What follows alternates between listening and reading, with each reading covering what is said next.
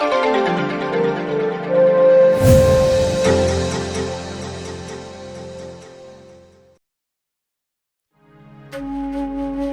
लूकस के अनुसार पवित्र सुसमाचार अध्याय 2 वाक्यांश 41 से लेकर 50 तक।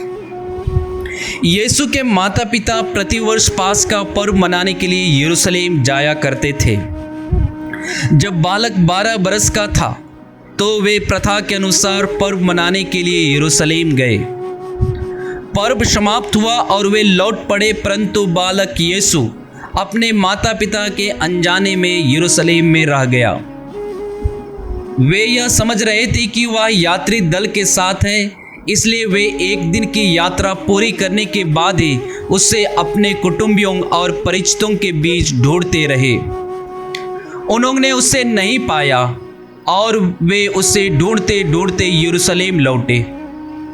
3 दिनों के बाद उन्होंने यीशु को मंदिर में शास्त्रियों के बीच बैठे उनकी बातें सुनते और उनसे प्रश्न करते पाया।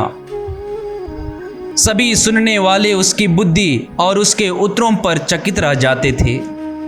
उसके माता पिता उसे देखकर अचंभे में पड़ गए और उसकी माता ने उससे कहा, बेटा, तुमने हमारे साथ ऐसा क्यों किया?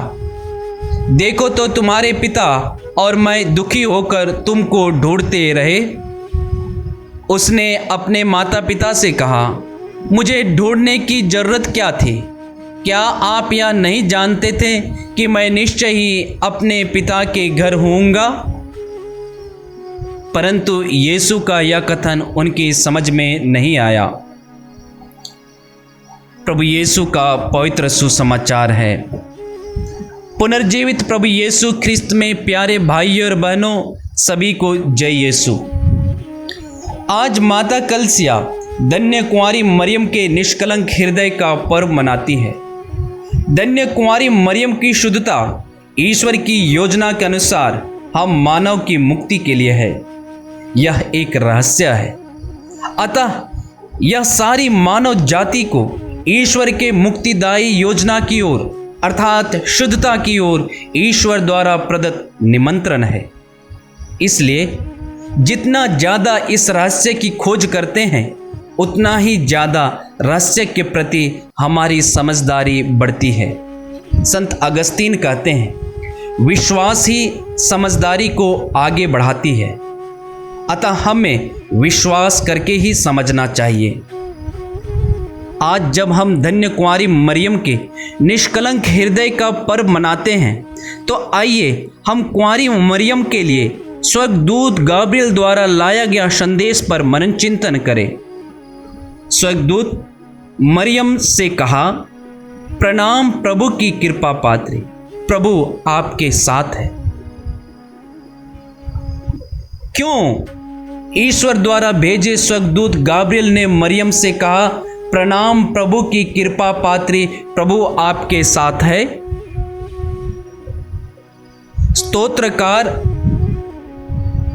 अध्याय 15 और अध्याय 24 में हम प्रभु के वचन को सुनते हैं, जहाँ प्रभु का वचन हमसे कहता है, प्रभु के पर्वत पर कौन चढ़ेगा? उसके मंदिर में कौन रह पाएगा?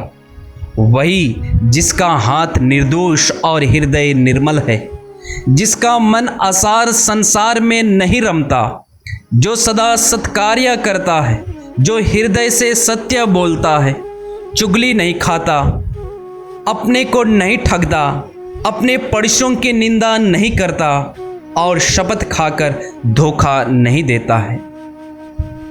प्रभु यीशु स्वयं कहते हैं संत मत्ती के सुसमाचार अध्याय 5 वाक्यांश 8 में, धन्य है वे जिसका हृदय निर्मल है, वे ईश्वर के दर्शन करेंगे। सचमुच में धन्य कुंवारी मरियम का मन एवं हृदय शुद्ध एवं निर्मल था। वह निर्मल हृदय की महिला थी। उसका जीवन पवित्र और निर्दोष था। वह प्रभु यीशु के समान शुरू से अंत तक आज्ञाकारी बनी रही। वह प्रभु यीशु के मुक्तिदायी कार्यों में कदम कदम पर सहयोग देती रही, जैसे आज के सुसमाचार में भी उन्होंने सहयोग दिया। मरियम और जोसेफ धार्मिक प्रवृत्ति के थे। वे संहिता के रीतियों से अच्छी तरह परिचित थे।